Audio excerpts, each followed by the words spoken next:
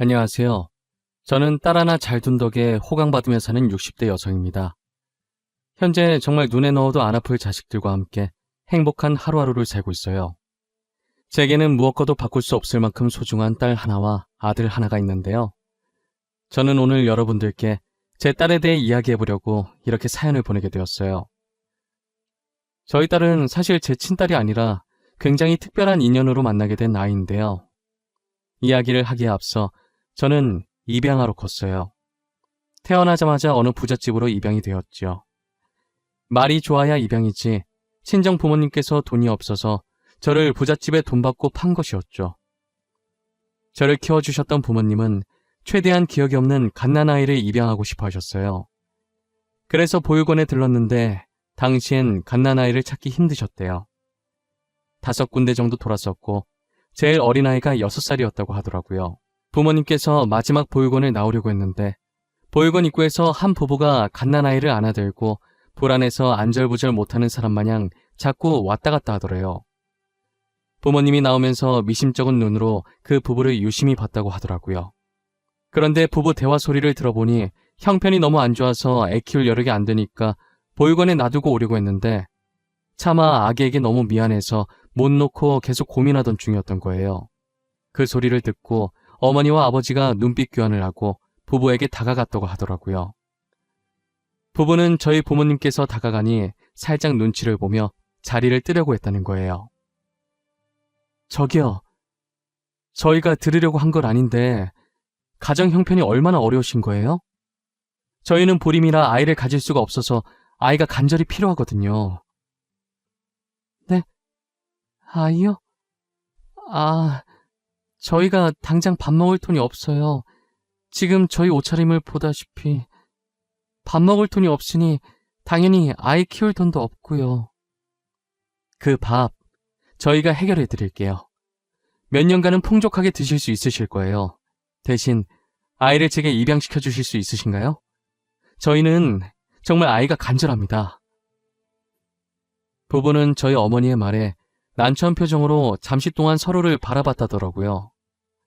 하지만 현실은 당장 지금 먹을 돈도 없으니 결국 저희 부모님께 돈을 받고 저를 넘겨준 거죠. 딸을 갖고 싶어 했는데 갓난아이의 딸이기까지 하니 저희 부모님은 되게 좋아하셨어요. 저를 친딸처럼 불면 날아갈까 만지면 부서질까 정말 애지중지 키우셨어요. 혹시나 제가 입양하라는 사실을 알고 상처받을까봐 일부러 기억이 없을 갓난아기 때 데리고 온 것인데 다른 가족들이 저를 이름 대신 입양하라고 불러서 저도 제가 입양하라는 걸 어렸을 때부터 알았어요. 그래도 제가 입양하라고 해서 부모님을 원망하거나 미워하진 않았어요. 보통 입양하라는 사실을 알면 충격받아서 반항을 한다던데 왜 반항을 하나 이해가 안 갔어요. 친자식도 아닌 저를 이렇게 친딸처럼 잘 키워준 것만으로도 감사한걸요. 대신 할아버지의 유산을 탐내 저를 견제하는 못된 어른들이 미웠어요. 저희 아버지가 3남 2녀 중에 막내여서 그런지 할아버지의 사랑을 제일 많이 받았었어요.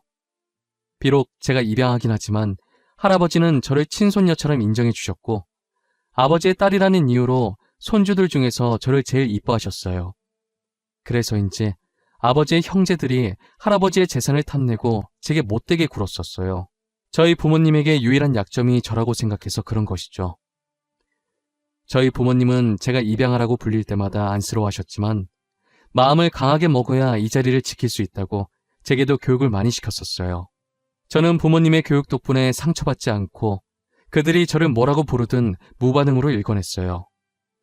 무반응만이 저희 부모님을 그리고 저를 지킬 유일한 방법이라고 생각했거든요. 괜히 제가 욱해서 나서봤자 저희 가족에게 좋을 건 하나도 없었으니까요. 원래 애들은 나쁜 걸 더 빨리 배운다고 아버지 형제들에게 배운 게 이런 것밖에 없으니 당연히 사촌 언니 오빠들도 저를 입양하라고 부르며 무시했어요. 어른과 다른 게 있다면 어른들은 똑같이 비아냥거리면서 괴롭혀도 제가 반응이 없으면 재미없어서 입양하라고 부르면서도 더 괴롭히는 건 멈췄었어요. 하지만 사촌 언니 오빠들은 계속 제가 반응이 보일 때마다 집요하게 괴롭히죠. 제가 반응을 안 하면 자신을 무시한다 생각하고 저 따위한테 자신들이 무시당한 게 괜히 자존심 상해서 분한 마음에 저를 더 괴롭혀요. 그래도 유일하게 저를 챙겨준 건 작은 아버지네 딸이었어요. 아버지 형제 중에서도 작은 아버지네만 저희를 괴롭히지 않았어요. 재산 욕심 없던 작은 아버지네 가족은 늘 저희를 챙겨주었어요. 작은 아버지 따라 사촌 언니도 자연스럽게 저를 많이 챙겨주었죠. 만약 사촌 언니가 없었다면 저는 적밖에 없는 이 집안에서 절대 버틸 수 없었을 거예요. 언젠간 사촌 언니를 도울 일이 있다면 어떤 일이든 도와줘야겠다고 마음먹었어요. 제가 25살이 되던 해 사촌 언니가 30살이었고 사촌 언니는 결혼을 앞두고 있었어요. 저는 결혼 축하 선물을 해주고 싶어서 사촌 언니와 함께 백화점에 갔었어요. 언니가 평소 가지고 싶어 했던 것을 선물로 사고 형부가 좋아할 만한 것도 사려고 구경을 하고 있었는데 한참 구경하다가 언니 휴대전화가 요란하게 울리기 시작하는 거예요. 형부한테 걸려온 전화였고 언니는 웃으면서 밝은 목소리로 전화를 받았어요. 언니가 전화 받을 때와는 다른 표정을 하더니 폰을 떨어뜨리고 달려나가는 거예요. 저는 언니의 폰을 주워들고 혹시나 놓칠까봐 빠르게 뒤따라갔어요. 아슬아슬하게 언니가 탄 택시에 저도 같이 탈 수 있었어요. 언니는 사시나무 떨리듯 몸을 떨면서 안절부절 못하더라고요. 기사님한테 병원으로 가달라고 하는데 저는 눈치껏 형부한테 무슨 일이 생겼다는 걸 알 수 있었죠. 소정아, 우리 오빠가 사고 나서 지금 병원에. 아무 일 없어야 돼, 진짜. 아무 일 없어야 돼. 내가 오빠 없이 어떻게 살아. 언니, 아무 일 없을 거야. 형부 괜찮으실 거야. 형부가 얼마나 강한 사람인데 언니도 알잖아. 분명 아무 일 없을 거야. 아직 확인도 안 했는데 벌써부터 걱정하지 말자, 응? 나 너무 무서워. 아까부터 자꾸 안 좋은 기분이 들어. 옷 쌀게. 아저씨, 저희가 지금 너무 급해서 그런데 조금만 빨리 가주세요. 부탁드릴게요. 죄송합니다. 병원에 도착하니 형부는 침대 위에 누워 미동도 없었고 흰천을 덮고 있었어요. 형부는 꽃을 사들고 언니를 만나러 오다 졸음운전 차량에 사고를 당하고 말았어요. 언니는 망연자실한 표정을 한 상태로 흰천으로 덮인 형부를 안으며 눈물을 흘렸어요. 오빠 뭐야? 일어나. 나 놀래키려고 일부러 장난치는 거지? 그런 거지? 오빠, 왜 이러고 누워있는 건데? 자는 척 하지 마. 눈 좀 떠봐, 응? 내가 미안해. 잘못됐어. 언니, 그만해. 언니가 계속 이러면 형부가 마음 편히 못 가셔. 제발 그만해, 응? 나만 두고 가는 주제에 마음 편히 가면 안 되지. 걱정돼서 계속 돌아보게 만들 거야. 나쁜 놈. 오빠는 나쁜 놈이야. 혼자 가고 나도 데리고 가지. 나랑 같이 가지. 사촌 언니는 형부 장례식 동안에도 나쁜 놈이라며 중얼거리면서 하염없이 눈물을 흘렸고 장례식을 마친 후엔 언제 슬펐냐는 듯 다시 예전 모습으로 돌아갔어요. 당시 사촌 언니의 뱃속엔 조그만 생명이 숨쉬고 있었어요. 아마도 언니는 이 조그만 생명 때문에 악착같이 버텼던 것 같아요. 저는 겉모습만 봤을 때 잘 웃고 얘기도 잘하길래 언니가 괜찮아 보이는 듯 했어요. 하지만 언니의 속은 골물대로 다 골마 있었고 점점 시름시름 알아갔어요. 결국 사촌 언니는 혼자서 마음의 병을 앓다가 세상을 떠나버렸어요. 엄마, 아빠 다 세상을 떠나버리고 혼자 남은 갓난아기 조카를 저마다 불쌍하다고 한마디씩 했죠. 다들 저 아이를 어쩌면 좋을지 이야기를 나누는데 제가 저 아이를 키워야겠다고 마음먹었어요. 그동안 언니가 제게 잘해줬으니 그 빚을 아이를 키우며 갚아 나가야겠다는 생각이 들더라고요. 처음엔 아이를 키우겠다는 제 의견에 저희 부모님께서 굉장히 반대를 하셨었어요. 소정아, 너 아직 결혼도 안 한 아가씨야. 너가 이 아이 키우면 결혼은 어떻게 하려고 그래? 은혜 갚는 건 좋다 이거야. 그런데 어떤 남자가 애 있는 여자랑 결혼하고 싶어 하겠어? 그래, 그건 네 엄마 말이 맞다. 우리가 그동안 네 의견에 반대한 적 있었니? 하지만 이건 진짜 아니야. 소정아, 다시 한 번만 잘 생각해보자, 응? 더 생각해볼 것도 없어요. 저는 이미 마음 정했어요. 이 아이, 제가 키울래요. 저도 엄마 아빠 부탁 거절한 적 단 한 번도 없어요. 하지만 이번만큼은 저도 물러설 수가 없어요. 부모님은 결혼도 안 한 25살짜리 아가씨가 무슨 아이를 키우냐며 나중에 결혼은 어떻게 하려고 하냐면서 미래를 생각하려며 절대 아이를 못 키우게 하셨어요. 저는 무작정 아이를 데리고 집으로 돌아왔고 부모님도 아이를 보고 불쌍하다 여겼는지 결국은 제 의견을 따라 아이를 키우라고 허락을 해주셨어요. 당시 저는 부모님께 소개는 안 드렸었지만 결혼을 약속한 남자친구가 있었어요. 아이를 데리고 오겠다고 부모님께 말하기 전에 남자친구에게 먼저 말했었어요. 아무래도 결혼을 약속한 사이인데 이렇게 중요한 사안을 마음대로 정하는 건 아닌 것 같아서요. 남자친구는 제 이야기를 듣더니 제 사정을 다 이해하더라고요. 남자친구는 그렇다 치지만 문제는 남자친구의 부모님이었죠. 아무리 제 친딸이 아니지만 그래도 애 있는 며느리를 누가 좋아하시겠어요? 결혼 허락받으러 갔을 때 고민을 엄청 하다가 아이에 대해 이야기를 했어요. 평소 남자친구 부모님과 친했었지만 이 일은 친한 것과는 별개이잖아요. 그래서 어떤 반응을 보이실지 걱정했는데 남자친구 부모님도 딱한 사정을 듣더니 이해해 주시는 거예요. 남자친구 부모님은 정말 좋으신 분들이라 그분들을 보고 배운 남자친구도 좋은 사람이었어요. 결혼 후에도 조카를 친딸처럼 친손녀처럼 되게 잘 챙겨주시고 결혼 전에도 가끔 아이를 자신의 집에 데리고 오라고 하고 우스꽝스러운 표정도 지어주면서 아이랑 잘 놀아줬었어요. 남자친구도 남자친구 부모님도 너무 감사하게 저희 조카를 너무 이뻐해 주었어요. 좋은 분들 덕분에 저희의 결혼은 문제없이 진행을 하게 되었어요. 남편과 저는 조카를 배 아파 낳은 친딸이라 생각하고 10년 동안 정성껏 키웠었어요. 혹시나 친자식을 낳으면 알게 모르게 무의식 중에라도 차별하게 될까봐 자식을 안 낳으려고 했었어요. 사실 조카가 너무 이쁘고 제 딸이라 생각해서인지 굳이 아이 계획도 세우지 않았었는데 결혼한 지 10년 만에 갑작스레 아들을 임신하게 되었어요. 그리고 비록 늦게 아들을 낳았어도 이쁜 조카와 항상 차별 없이 동등하게 똑같이 키웠어요. 조카는 단 한 번도 반항을 하지 않았고 한 번씩 겪는 사춘기도 없었어요. 일찍부터 철이 들어서 저희 말도 잘 듣고 나이차 많이 나는 아들과도 잘 지냈어요. 아무래도 저희 부부가 맞벌이다 보니 저희 아들은 거의 조카가 키웠다고 보면 될 정도예요. 조카가 아들을 엄청 이뻐해주고 조카가 큰 누나 노릇 톡톡히 해주더군요.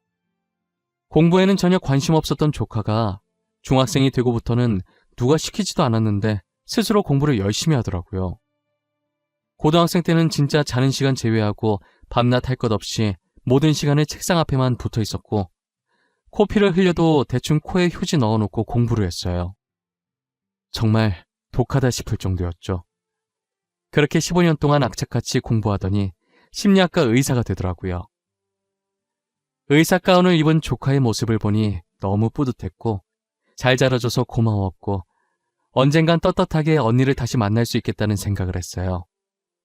언니 딸, 내가 이렇게 멋있게 키웠다며 의사 만들어놨다면서요. 저는 조카 다 키웠으니 드디어 고생이 끝났다는 생각이 들었어요. 하지만 말썽 안 피우는 조카 대신 아들이 조카 몫까지 반항도 크게 하고 제 속을 많이 썩였었어요. 이제 막 고등학생이 된 아들은 대체 어디서 구한 건지 가방 안에서 담배곽이 나오더라고요. 저희 집엔 담배 피는 사람이 한 명도 없었거든요. 저희 부모님도 안 피시고 남편, 저, 그리고 딸까지 전부 비흡연자예요. 제가 늘 집에서 학교 다니다 보면 친구랑 어쩌다 한 번씩 싸울 순 있어도 성인이 될 때까지 술, 담배는 절대 하지 말라고 교육을 시켰었거든요. 그런데 이렇게 떡하니 학생 가방 속에서 담배곽이 나오니 화가 나는 거예요. 저는 담배곽을 들고 가 게임하고 있는 아들의 머리에 내리꽂듯이 세게 던졌어요. 아들은 갑자기 날라온 담배곽을 맞고 아픈지 머리를 문지르더니 저를 째려보더라고요. 네 가방 속에 이거 있던데 뭐야? 너 설마 담배 피니? 그런 거야? 내가 술, 담배는 안 된다고 그렇게 말했는데 어떻게 된 건지 설명해. 아씨, 엄마 왜 남의 가방을 뒤져보고 그래? 나는 사생활도 없어? 엄마가 한 행동 엄연히 사생활 침해인 거 알아? 아씨? 너 지금 엄마한테 아씨라고 한 거야? 내가 언제 그렇게 가르쳤어? 너 도대체 요즘 뭐라고 돌아다니는 거야? 어? 사고 치고 다니는 거 아니야? 내가 사고를 치고 다니든 말든 엄마가 무슨 상관이야? 엄마는 알지도 못하면서 화만 내고. 됐어. 다 필요 없어. 나가. 엄마랑 얘기하고 싶지 않으니까 나가라고. 엄마니까 상관하지. 너 사고 치면 그 뒷수습은 누가 할지 생각도 안 해봤어? 그리고 내가 뭘 모르는데. 야, 이지혁. 내가 뭘 모르느냐고. 너 담배 어디서 났는지 말 안 해? 아들은 저를 노려보며 소리 지르더니 방문을 닫아버렸어요. 저는 답답한 마음에 문을 두드리며 제가 뭘 모르고 있는지 물어봐도 답을 하지 않았죠. 조카 키울 때 이렇게까지 힘들지 않았는데 아들 녀석 키우는 건 왜 이렇게 힘든지 모르겠어요. 머리가 커질수록 자기 하고 싶은 대로만 하려고 그러고 저와는 대화를 하지 않으려고 했어요. 한번 담배가 발견되고 나니 계속 아들의 가방을 확인하게 되더라고요. 이해해보려고 하고 참으려고 해봤지만 계속해서 담배곽이 나오니 저도 슬슬 화가 나는 거예요. 저는 아들과 차분하게 대화를 시도해보려고 했어요. 게임하고 있는 아들의 의자를 돌려 세우니 아들 얼굴에 멍자국이 있더라고요. 야, 이지혁. 너 담배도 모자라서 이젠 쌈박질도 하고 다녀? 얼굴은 그게 뭐야? 광대 쪽에 멍 있고 입술도 다 터지고 꼴이 이게 뭐냐고. 도대체 뭘 하면서 돌아다니는 거야? 엄마는 왜 항상 화부터 내? 무슨 일 있냐고 누가 괴롭히냐고 다정하게 물어볼 수는 없는 거야? 보통 아들이 맞고 왔으면 누가 때렸냐고 하는 게 정상 아니냐고. 엄마는 왜 항상 내가 문제라는 듯 말해? 네가 이렇게 담배나 피고 다니니까 그렇지 내가 괜히 너한테 그래? 너 솔직하게 말해. 요즘 나쁜 애들이랑 어울려 다니고 그러는 거야? 어? 그런 거야? 그런 거 아니라고. 내가 피해자라고. 나 학교에서 왕따 당해. 그 담배도 내 거 아니고 걔네 거야. 걔네가 들고 있다가 부모님이나 선생님한테 들키면 안 된다고 맨날 내 가방에 숨긴단 말이야. 여지껏 꾹 닫고 있던 아들의 입에서 나온 말들은 다소 충격적이었어요. 가방에 담배곽이 나오고 얼굴에 멍투성이일 때 질 나쁜 아이들과 어울려 놀기 시작한 줄만 알았는데 오히려 저희 아들이 왕따를 당한 피해자였어요. 저는 참을 수가 없어서 학교에 찾아가려고 했으나 그렇게 하면 더 보복당한다는 아들 말에 혹여나 아들이 정말 보복을 당할까봐 걱정돼서 그럴 수가 없었어요. 마땅히 말할 곳이 없어서 조카에게 이 사실을 털어놓았어요. 조카는 동생이 자신에게 그런 말 한 적이 단 한 번도 없었다고 놀라는 거예요. 아무래도 조카가 심리학과 의사가 되면서 아직 미성년자라 심리가 불안정한 아들이 걱정돼서 맨날 퇴근 후에 아들 방에 가서 상담을 해줬었거든요. 요즘 네 동생이 학교에서 왕따 당하고 있다더라. 엄마가 돼서 그런 것도 모르고 혼만 내고 어린 것들이 벌써부터 누군가를 괴롭히고 따돌리고 말이야. 내가 어떻게 해야 할지 모르겠어. 엄마, 지혁이가 왕따 당하고 있대? 자기가 자기 입으로? 나한텐 그런 말 없는데. 나 매일 지혁이랑 이야기 나누잖아. 근데 단 한 번도 그런 말 한 적이 없어. 너가 걱정할까봐 그런 모양이야. 나한테도 계속 말 안 하다가 이렇게 혼나는 게 억울했는지 참다 결국 터져서 말한 거거든. 이걸 진짜 어떻게 하는 게 좋을까? 근데 지혁이 말도 맞아. 우리가 괜히 섣불리 나섰다가는 지혁이만 더 피 입을 수도 있어. 일단 확실한 증거를 잡고 걔네 강제 전학 보내든 징계를 받게 하든 하고 지혁이를 다른 곳에 전학 보내자. 어떻게 증거를 잡지? 우리가 계속 따라다니면서 증거를 수집할 순 없잖아. 녹음기를 사자. 조그마한 녹음기를 지혁이 교복 자켓 주머니에 넣는 거야. 그리고 지혁이가 끼고 있는 안경도 카메라 달린 안경으로 바꾸자. 그걸로 증거를 모으는 거지. 조카는 확실한 증거를 잡기 위한 대책을 말해줬고, 조카의 말대로 녹음기와 카메라가 달린 안경을 사서 녹음기는 아들 몰래 교복 자켓 주머니 안에 넣고 안경은 책상 위에 올려놨어요. 안경이 기존에 끼던 거랑 디자인이 비슷해서 아들은 아무 의심 없이 안경을 끼고 나가더라고요. 저는 하루 종일 일이 손에 잡히지 않았고 아들의 학교 시간만 손꼽아 기다리고 있었어요. 아들은 그날도 학교에서 안 좋은 일이 있었는지 자켓이며 교복이 흙투성이로 더럽혀져 돌아왔습니다. 저는 확실한 증거가 있을 거라 생각하고 아들이 씻으러 들어갔을 때 녹음기만 살짝 들고 나왔어요. 제 방문을 걸어 잠그고 떨리는 손으로 녹음기 재생 버튼을 눌렀어요. 저는 녹음기에서 나오는 음성을 듣고 충격을 받아 손으로 입을 틀어 막았어요. 야, 전에 학교 앞에서 너랑 떡볶이 먹던 여자 진짜 네 누나 맞냐? 나이 차이 꽤 있는 것 같던데? 누나가 아니라 엄마 아니야? 사고 쳐서 너 낳은 거 아니냐고. 그런 거 아니야. 우리 누나 맞아. 그리고 나를 괴롭히는 건 괜찮지만 우리 가족까지는 건들지 말았으면 좋겠어. 부탁할게. 야, 많이 컸네 우리 지혁이. 우리한테 눈도 제대로 못 보는 주제에 이제 부탁도 다 하고. 우리 가족까지는 건들지 말았으면 좋겠어. 부탁할게.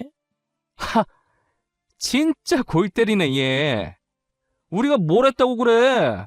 우린 너네 가족 손끝 하나도 안 건드렸어. 누가 들으면 오해하겠다. 그치? 그러게. 우릴 왜 나쁜 사람들로 만드실까? 아직 정신을 제대로 못 차렸네. 덜 맞아서 그러나? 더 맞아야 정신을 차리려나? 왜? 계속 우리 심기를 건들고 그러실까? 어?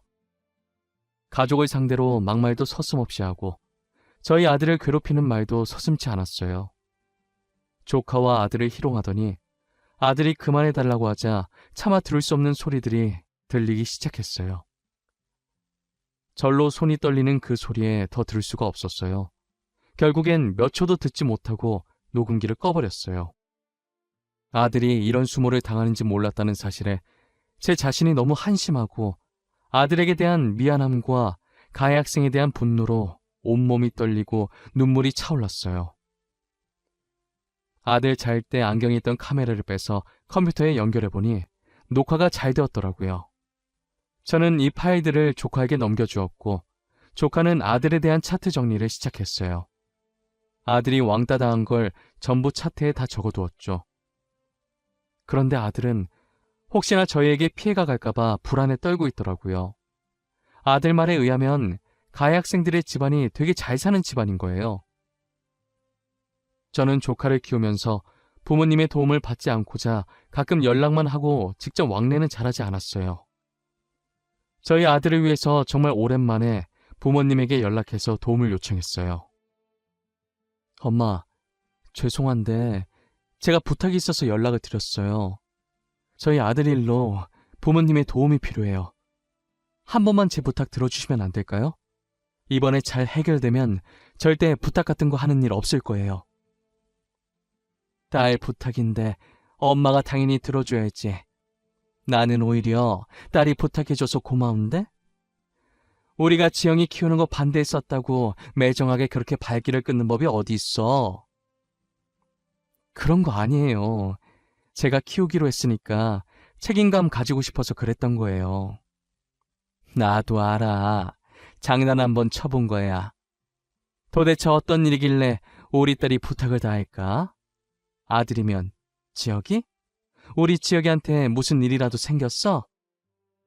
사실 저희 아들이 학교에서 왕따를 당하고 있는데 가해자들 집안이 좋아서 오히려 자기가 반항했다가 더 보복당할까봐 아무것도 못하고 있더라고요. 너네 아빠가 들으면 간만에 재밌어 하겠네. 안 그래도 요즘 삶이 무료하다던데. 엄마가 아빠한테 말해놓을게. 무슨 말인지 대충 눈치챘어. 학교 갈 날짜만 문자로 보내줘. 저희 어머니는 눈치가 빠르셔서 제가 본론을 말하지도 않았는데도 다 알아차리시더라고요. 어떻게 하라는 말도 안 했는데 알아서 다 하겠다며 날짜만 문자로 보내달라고 하고 쿨하게 끊으셨어요. 간만에 재미난 일이 생겼다며 좋아하시는데 못 말리겠더라고요. 제가 앞에 말했듯이 저희 집안이 부자라고 했었잖아요. 그래서 재산 때문에 어른들이 저를 입양하라 부르고 괴롭혔다고요. 저희 집안이 웬만한 기업들과는 거의 다 손을 잡고 있어서 상대가 잘 사는 집안이라고 해봤자 다 거기서 거기고 대부분 저희 집안이 투자금을 쥐어준 집안일 거예요. 저희 집안은 가족끼리만 돈 가지고 싸움을 벌이지 밖에서는 부자라고 티를 잘 내지 않아요. 예전에 티냈다가 돈 노리고 접근하는 사람들이 많아서 계속 당하다 보니 티를 안 내게 됐어요. 저희 아버지도 돈 자랑하거나 집안 자랑하는 것을 별로 안 좋아하시는데 이렇게 상대가 먼저 집안 좋다고 시비를 걸어온다면 말이 달라졌죠. 엄마한테 학교에 갈 날짜를 찍어 보내줬더니 그날 학교에 오신 부모님 패션을 보고 역시나 그럴 줄 알았다는 듯이 고개를 저었어요. 명품은 기본이고 브랜드별로 최고로 비싸고 전 세계에 몇 개 없는 한정판 차도 새로 뽑으셨더라고요. 고개를 빳빳하게 들고 입꼬리를 한쪽만 올리고 웃으면서 들어오시는데 어찌나 웃긴지 몰라요. 뒤늦게 온 가해자 학부모들도 꽤나 빼입고 아들들과 함께 당당하게 등장을 했는데 처음엔 기세등등하게 콧대 세우고 등장했다가 저희 부모님을 보고는 기가 점점 죽더라고요. 그러더니 전 세계에 5개밖에 없는 한정판 아니냐고 수군거리다가 제가 헛기침을 하니 자기들도 헛기침하면서 아무 말도 안 한 척 시치미를 뗐어요. 이렇게 시간 개념이 없어서야 원. 가해자 주제 시간까지 안 지키면 어쩌자는 거야? 자기네들만 바빠? 우리도 바쁜 사람들이야. 이러니 애들이 보고 배우는 게 없는 거야. 어머, 누가 가해자라는 거예요? 지금 저희 아들이 가해자라는 말이에요? 저희 아들이 왜 가해자예요? 길거리 꽃도 소중하게 여기는 아이예요. 길거리 꽃도 소중하게 여기는 애가 우리 손자는 왜 그렇게 밟았대? 얼마나 무자비하게 밟던지 차마 내 두 눈 뜨고 볼 수가 없던데. 어머니는 가해자 학부모들을 살짝 째려본 후 녹음본이 든 USB를 담임 선생님께 건넸어요. 선생님이 컴퓨터에 연결해서 영상을 재생시켰고 스피커를 통해 아들이 맞는 소리와 가해 학생들이 저희 아들에게 희롱하는 목소리들이 흘러나왔어요. 그리고 조카가 조용히 가방에서 저희 아들 심리 상담했던 차트를 꺼내서 선생님께 건넸어요.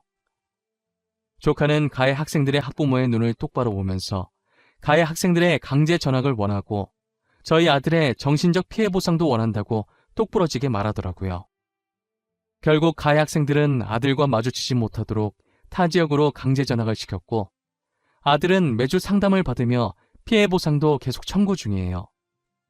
그리고 역시나 가해자 학부모들은 저희 집안에 투자금을 받고 있던 집안이었고 부모님은 그 집안에 들어간 투자금을 다 회수해버렸어요. 돌이켜보니 이번 일은 저희 부모님과 조카의 합작이고 저는 아무것도 한 게 없네요.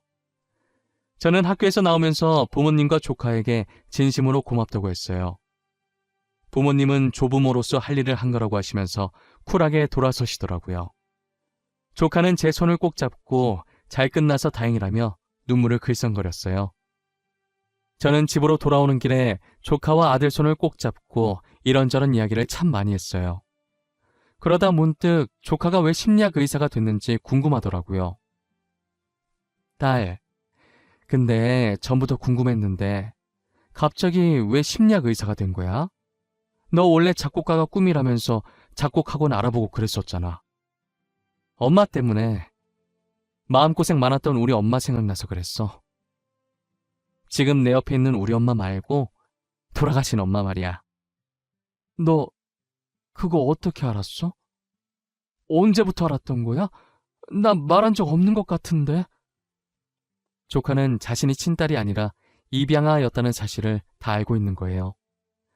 알고 보니 중학생 때 뭐 가지러 안방에 들어왔다가 우연히 화장대 서랍에 있던 제 다이어리를 보고 저희가 친부모가 아니라는 사실을 알게 되었다고 하더라고요.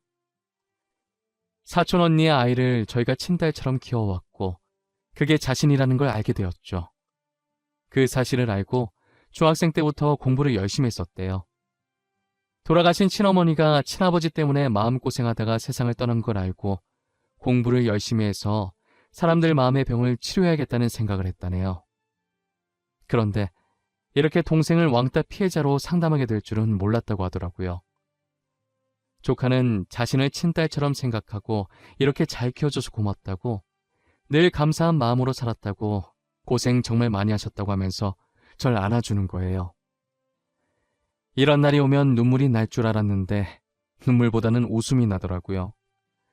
조카가 그렇게 느낄 정도로 내가 좋은 엄마였구나, 좋은 엄마 되기 성공했구나 싶었어요.